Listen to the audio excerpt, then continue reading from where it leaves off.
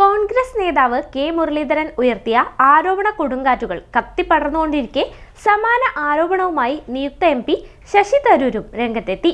തൃശൂരിൽ നടന്നതുപോലെ തിരുവനന്തപുരത്തും UDF സ്ഥാനാർത്ഥിയായ തന്നെ ചതിക്കാൻ നേതാക്കൾ ശ്രമിച്ചിരുന്നുവെന്നാണ് അദ്ദേഹം തുറന്നടിച്ചത്.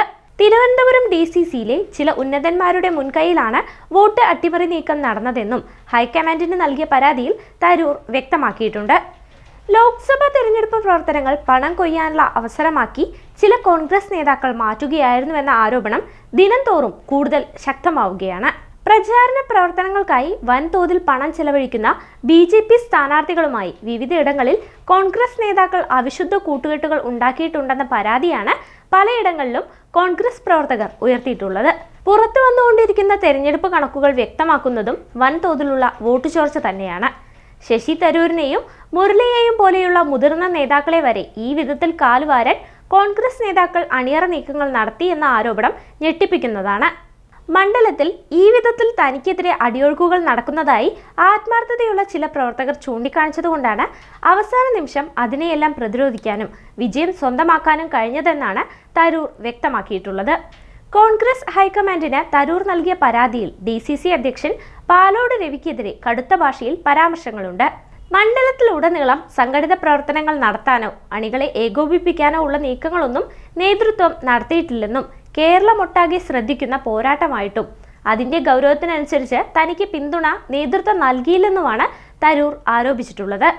ഉറപ്പായും തനിക്ക് ലഭിക്കേണ്ടുന്ന ഉറച്ച കോൺഗ്രസ് വോട്ടുകൾ പോലും മറിഞ്ഞിട്ടുണ്ടെന്നും തരൂർ ചൂണ്ടിക്കാട്ടിയിട്ടുണ്ട്. 16,077 വോട്ടുകളുടെ ഭൂരിപക്ഷത്തിലാണ് ഇത്തവണ ശശി തരൂർ വിജയിച്ചത്. NDA സ്ഥാനാർത്ഥിയും കേന്ദ്രമന്ത്രിയുമായിരുന്ന രാജീവ് ചന്ദ്രശേഖറാണ് രണ്ടാം സ്ഥാനത്തെത്തിയത്. ഇടത് സ്ഥാനാർത്ഥിയായ പന്ന്യൻ രവീന്ദ്രനാകട്ടെ 3ാം സ്ഥാനം മാത്രമാണ് ലഭിച്ചതും.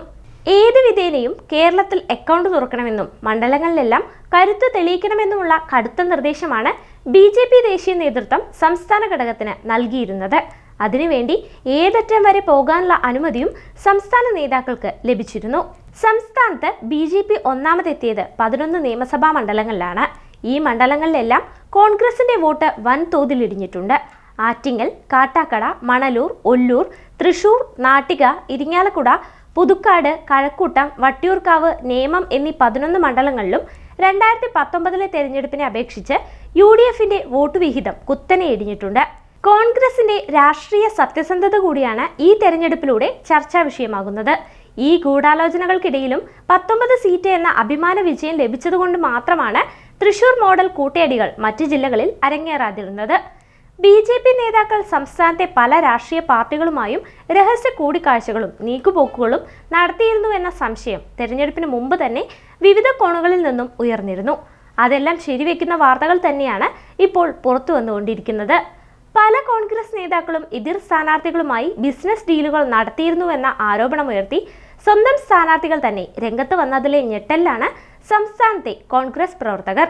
വൻ വിജയത്തെ പോലും നിഷ്പ്രഭമാക്കുന്ന ഈ വിധം രഹസ്യ നാടകങ്ങൾക്കെതിരെ കടുത്ത പ്രതിഷേധമാണ് സംസ്ഥാനത്തുടനീളം കോൺഗ്രസ് പ്രവർത്തകർക്കിടയിൽ ഇപ്പോഴുയരുന്നത്.